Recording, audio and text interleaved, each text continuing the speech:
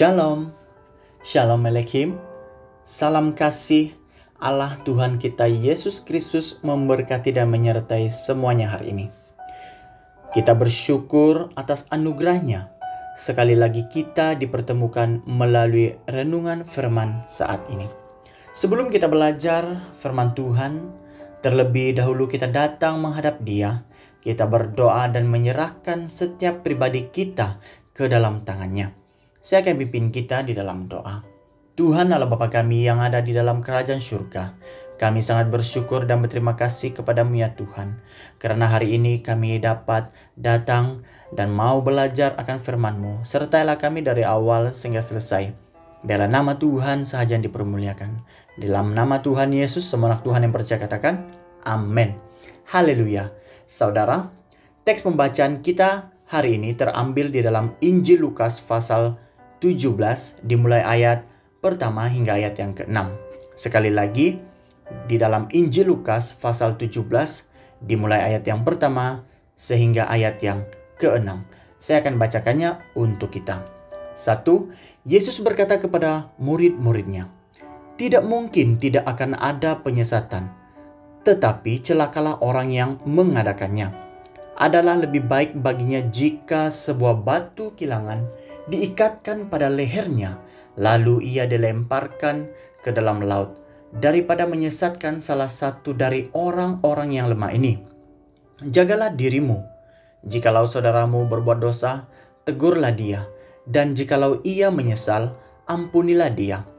Bahkan jikalau ia berbuat dosa terhadap engkau 7 kali sehari, dan 7 kali ia kembali kepadamu dan berkata, 'Aku menyesal,' engkau harus mengampuni dia." Lalu kata rasul-rasul itu kepada Tuhan, "Tambahkanlah iman kami." 6 terakhir, jawab Tuhan, "Kalau sekiranya kamu mempunyai iman sebesar biji sesawi saja, kamu dapat berkata kepada pohon ara ini, 'Terbantunlah engkau dan tertanamlah di dalam laut,' dan ia akan taat kepadamu." Haleluya saudara. Melalui teks pembacaan yang kita baca dan kita dengar sebentar tadi, saya mengajak dan membawa kita untuk belajar dengan satu tema, yaitu hidup saling mengampuni. Tema, hidup saling mengampuni. Saudara, dalam Alkitab banyak pengajaran yang Yesus ajarkan kepada para muridnya. Dalam bahagian ini, kita akan melihat bahwa ada satu ajakan Yesus terhadap para muridnya dan orang yang mendengarkan dia. Dalam hal ini, Yesus mengajarkan para muridnya tentang bagaimana berhubungan atau hidup bersekutu dengan orang lain. Dalam ayat kedua, Yesus sedang memperingatkan mereka agar tidak menjadi penyebab kepada orang lain jatuh dalam dosa, dan dalam ayat ketiga pula Yesus menegur mereka yang telah berbuat dosa. Satu hal yang menarik di sini adalah kewajiban hidup di dalam Kristus adalah mereka harus bertanggung jawab untuk memberi pengampunan kepada orang-orang yang telah menyesal.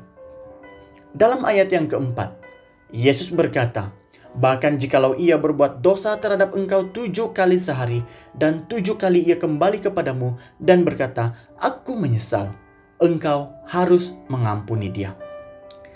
Namun saudara, di sini timbul satu persoalan dalam hati para muridnya, yaitu dengan memberi pengampunan adalah merupakan suatu hal yang sangat susah untuk dilakukan oleh mereka. Seperti dalam ayat kelima, menunjukkan reaksi dari para muridnya, mereka berkata, "Tambahkanlah iman kami." Justru melihat kepada keadaan kita hari ini saudara, terkadang memberi pengampunan sangat berat dan terasa tidak mampu untuk kita lakukan. Terlebih lagi terhadap orang yang kita sayangi, melukakan hati dan perasaan kita.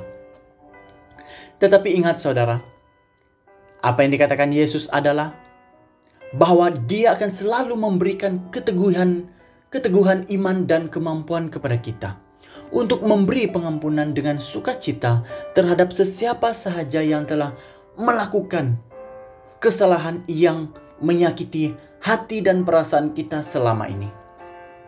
Karena jelas dalam Injil Matius pasal 6 ayat 14 dan 15 mengatakan bahwa karena jikalau kamu mengampuni kesalahan orang, Bapamu yang di surga akan mengampuni kamu juga. Tetapi jikalau kamu tidak mengampuni orang, Bapamu juga tidak akan mengampuni kesalahanmu. Persoalannya saudara dalam hidup kita hari ini, apakah tindakan saudara apabila ada seseorang yang penuh dengan penyesalan karena menyakiti hati dan hidupmu selama ini? Dan bagaimanakah Allah dapat menolong, memampukan, dan menguatkan iman saudara untuk memberi pengampunan dengan penuh keikhlasan dan sukacita hari ini? Haleluya saudara. Mari kita berdoa. Saya akan pimpin kita di dalam doa. Tuhan Allah Bapa kami yang ada di dalam kerajaan surga, terpuji, termulia, teragunglah nama-Mu ya Tuhan. Kami sangat bersyukur dan berterima kasih karena Engkau telah melepaskan kami dari ikatan dosa kami dan telah mengampuni segala kesalahan-kesalahan kami ya Tuhan. Begitu halnya juga Tuhan kami hari ini. Melalui firman-Mu mengajak kami untuk memberi pengampunan kepada orang-orang yang telah menyakiti hati dan perasaan kami. Bahkan telah mengganggu hidup kami selama ini. Kami tahu bahwa Tuhan telah mengampuni kami dan kami juga ingin mengampuni orang-orang di sekitar kami.